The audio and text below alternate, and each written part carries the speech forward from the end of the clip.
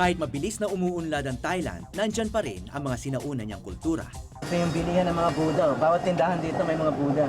วิวัฒนาสิริสนิจังพุทธาปัจจายโนจตารโอธรรมวัฏันติอายุวันโนสุขังภาลัง Ang Buddhism, ang pangunahing relihiyon ng mga taga rito.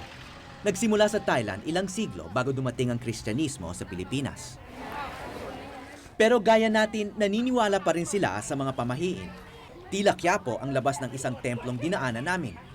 May mga manghuhula, sari-saring kandila, at mga gayuma, mga sangkap sa mga kwentong pantasya. One of the best. Numerous. Mula Bangkok, tumulak kami sa Pitsanulok sa Hilagang Thailand, kung saan natagpuan ni Dom Sukvong ang mga pelikulang Darna at Jezebel. Pupunta kami ngayon dun sa Payong Papayong, yung film company kung saan nahanap yung version ng Darna, yung black and white. Okay, let's go!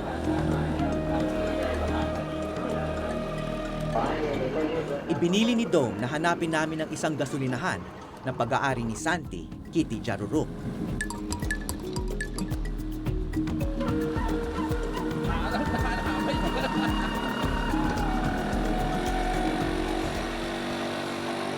Hello, Mr. Santi. Howie Severino from Manila, Philippines. Yeah, a friend of Mr. Dom Sukvong. Yeah. Ang pamilya ni Santi ay matagal nang nasa negosyo ng pelikula. We saw a Filipino film with at the National Archives in Thailand, Filipino film. Mr. Dom Sukvong said it came from you. เพราะว่าเราบริจาคไป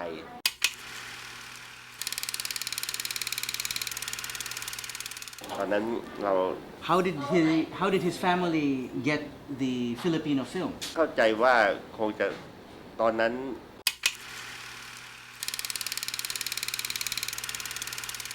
He applied from Bangkok, so but he didn't know which one to take the film from Philippines. So they buy all the film. Was it popular? เรียกว่าน่าอินเทอร์เน็ตเพราะว่าน่าสนใจ It's not the same as Thai film. It's something different. It's interesting for the Thai people. Why was it different? Why was it interesting for Thai people? จะเป็นเรื่องของการชกต่อยกัน แต่อันนั้นเป็นเรื่องของ Because at that time we didn't make the film from drama. I see. Yeah, just make the action film. We didn't have any monster before. Oh, I see. At that Before time, no, it's 30 years ago. no That's monsters. No monster. Just fighting. Panay action film ang ginagawang pelikula noon sa Thailand. Kaya't nag-enjoy sila sa mga madramang pelikulang Pilipino, maging sa ating mga fantasy film.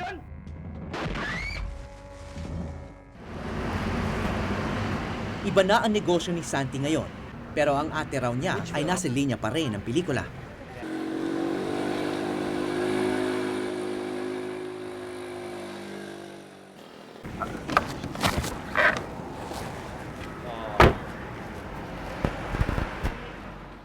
Hi ka.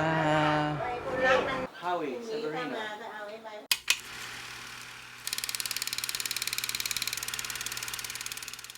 Ang kapatid ni Santi mismo na si Rapi Pen ang namimili ng mga pelikulang ipapalabas dito. Dati raw maraming sining galing sa Pilipinas. Mga negosyanteng mula sa Hong Kong ang nagdadala ng pelikula sa Bangkok. Why did she choose to buy the Filipino films? Why did she buy them? แบบว่ายังไงบริษัทใหญ่เขาใช่ไหมเราจะซื้อหนังทุกเรื่องไงสมัยก่อนเนี่ย She have to buy every film from every country in the market in Bangkok. So cannot choose each one. Did she like the Filipino films? ชอบหนังฟิลิปปินส์ไหมครับ ก็ทุกเรื่อง ส่วนใหญ่เราจะทุกเรื่องหนังไทยจีนอะไรอย่างเงี้ย She like it. They don't buy Filipino films anymore. No more. No more. Only then. Only long time ago. Yes, that's long time ago. Matatandaan natin na noong dekada 50 hanggang 70, mas maunlad ang Pilipinas kaysa ibang bansa sa Asia. Hindi lang sa larangan ng pelikula, kundi sa ekonomiya, edukasyon, at iba pa. Hindi pa uso noon ng mga malls at aircon na sinihan, kaya't ang mga sine sa Thailand ay sa mga malalaking outdoor screen ipinalalabas. Sa tapat lang ng mga templo madalas nakakapanood ng pelikula. And sometimes the monk collect the film to show the film to the local people to get attention from the people to come to the temple. Nakatutuwang isipin na ang mga fantasy film pa natin ang nahiligan ng mga mongha.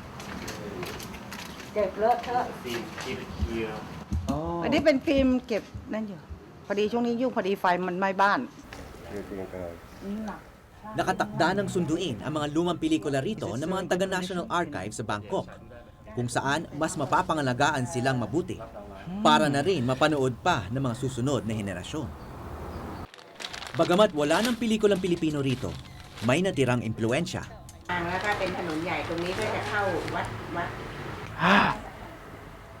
Oh my gosh. It's like Darna. Oh, it's a Cambodian film. Cambodian film? Si Valentina raw ang inspirasyon nito. Snake Because Woman. Snake Woman. So it's like Darna. Nung nakapanood daw ng Darna o yung pelikulang sinasabi nilang Darna, yung may babae mga ahas, may mga ahas sa ulo. Doon naisip ng mga Thai at ng mga Cambodian na pwede pala gawing pelikula yung legend din nila tungkol sa babaeng may ahas sa ulo. หมดนี้ Ayun. Oh, very nice. Thank you. Thank you. Thank you for buying the Filipino film and for showing it and appreciating it. And because you bought it and your family bought it, the Filipino people now have a chance to see it again. Thank you. Kap, kap. Thank you. Thank you so much. Thank you. Thank you. Thank you. Thank you. Thank you.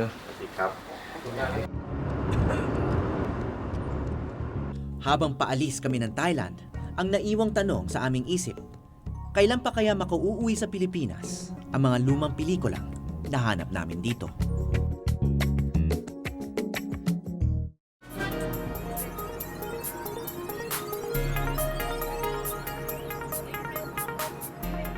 Umuwi kami ng Pilipinas, dala-dala ang kopya ng mga matagal nang nawawalang pelikula na hanggang ngayon balot ng misteryo. Binalikan namin si Nick De Ocampo na siyang nag-udyok sa aming pumunta sa Thailand. May kinikwento ka sa amin sa interview na Cambodian film at nahanap namin. Oh my God! A very concrete proof of the influence of Filipino films on Cambodian. It's showtime! Nangumbita si Nick ng iba pang manunood sa mga pasalubong namin. Si Teddy Ko na isa ring film historian, si Kasenyong Custodio na dating movie sales agent, at ang tanyag na cinematographer na si Luis Chong.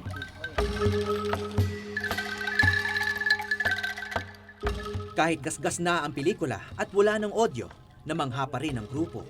Matagal na kasing inakala naglaho ang pelikulang ito. Tito Louie, baka nakikilala nyo.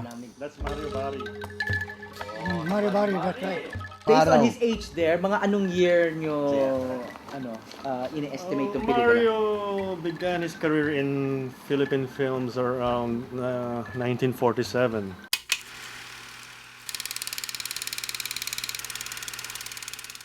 This should be 50s, definitely. Between early to mid 50s.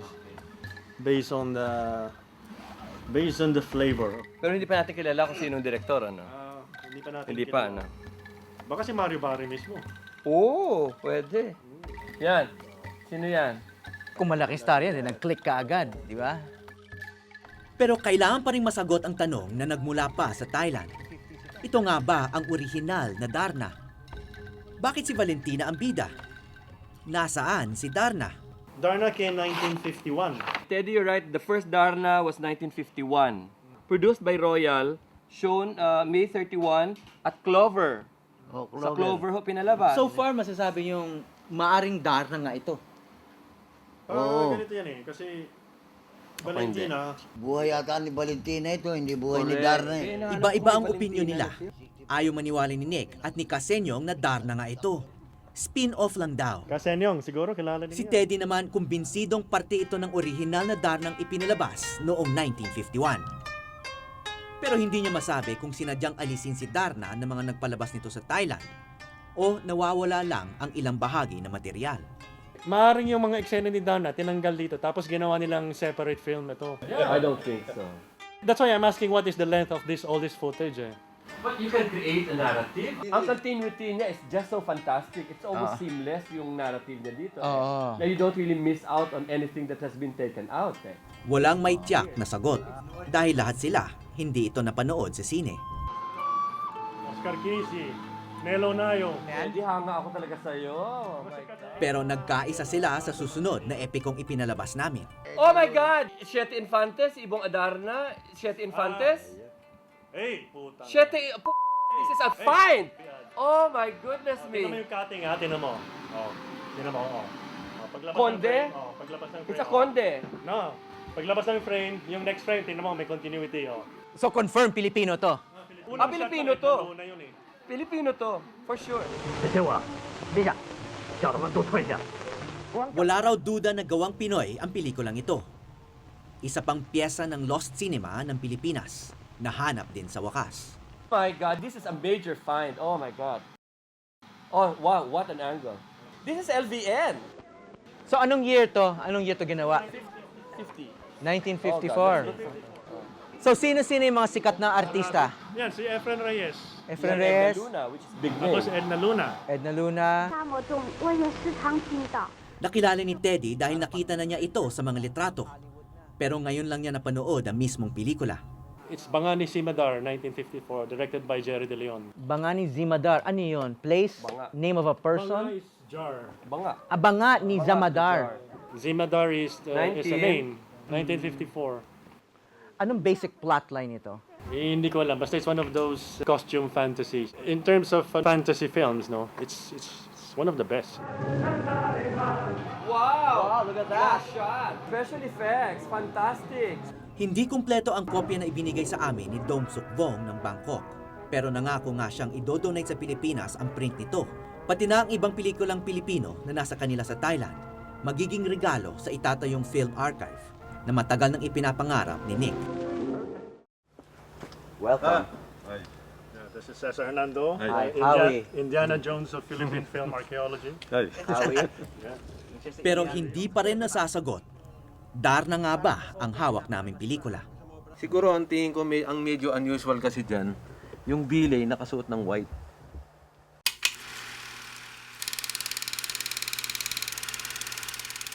Si Cesar Hernando ay isa ring filmmaker at propesor. Isa siya sa mga nakapanood sa kauna-unahang Darna na inilabas sa sinihan noong dekada 50. Box office siya kasi naiba siya eh. Mahaba ang pila.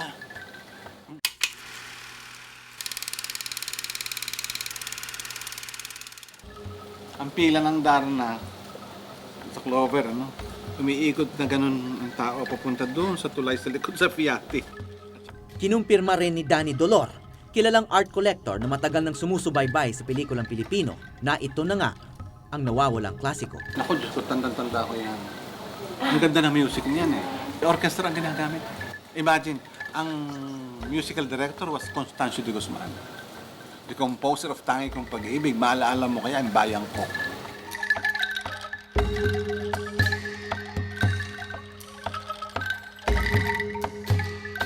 Dito nagtapos ang misteryo. Hindi na kailangan pruweba. Ako na nagsasalita, napanood ko yan. Andiyan si Ben Perez, andiyan si Cristina Aragon, andiyan si Leonora Ruiz, ayan si Cobra. Basta may nawawalang karugtong, ang diferensya, hindi natin alam kung anong ginawa nila. Bakit nawala si Darna? 40 minutes na. Kasi nagsasabi, baka Valentina the movie. No such thing. Darna yan. That's the first Darna.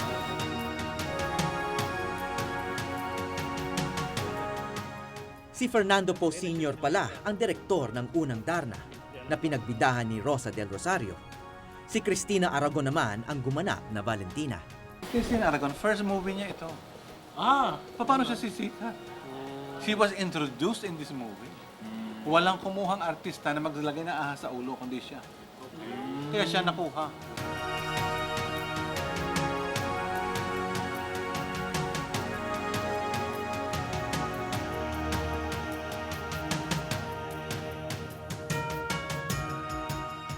Nawakasan man ang isang misteryo, mukhang hindi pa rito magtatapos ang aming kwento. Libo-libo pa ang mga nawawalang pelikulang Pilipino. Marami rito'y napadpad sa ibang bansa. Lahat naghihintay makauwi muli sa atin.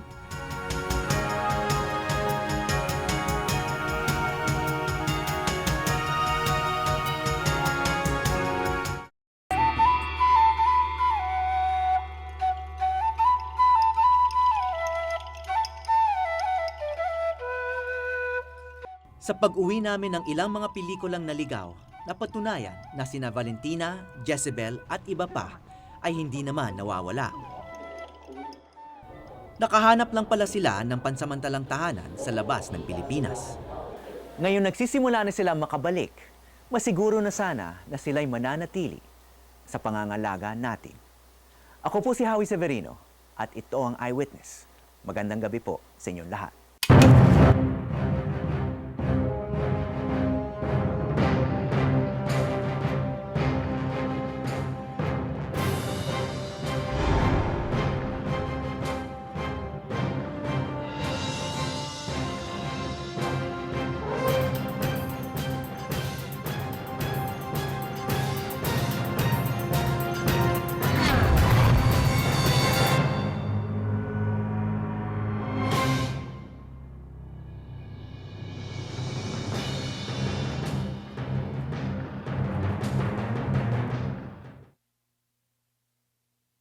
Mahirap ihiwalay ang sarili sa mga ginagawa naming dokumentaryo.